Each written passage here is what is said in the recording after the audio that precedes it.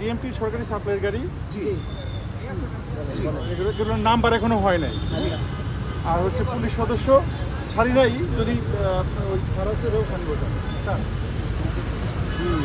না হেলমেটের জন্য তো আপনারা এর আগে দেখলাম আমরা মামলা দিলেন একটা, তাহলে হেলমেটের জন্য মামলা দিয়েছেন, স্বাধীন দায়িত্ব রয়েছে, কিন্তু তিনি সরকারি গাড়ি হওয়ায় কিন্তু তার গাড়িটি প্রথমে বলে জ্যাম হয়ে যাবে, সাইডে নিয়ে যাবে, ছেড়ে দেওয়া হবে, কিন্তু আমাদের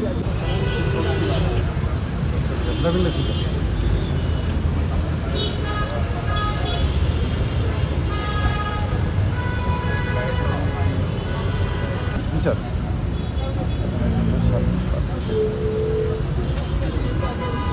কেন হেলমেট পরে আপনারা নিজেদের নিরাপত্তা নিজেরা রক্ষা করতে পারেন?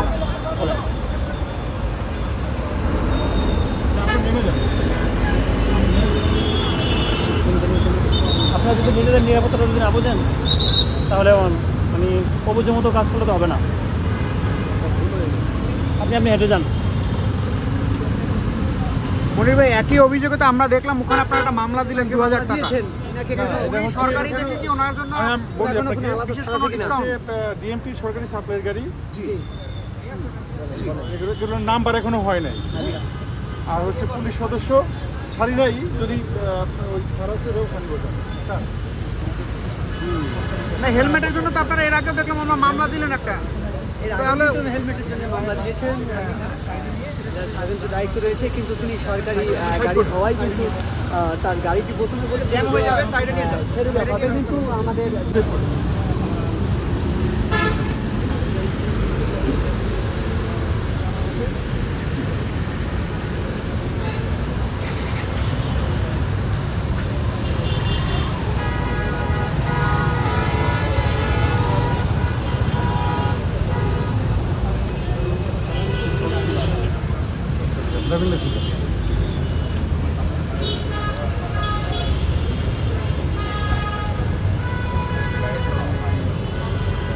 স্যার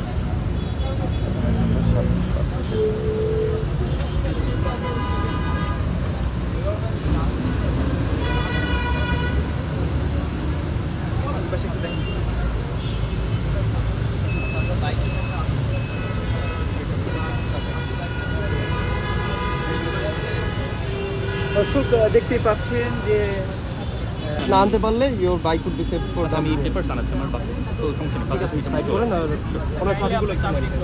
আমি চাবিটা নেন।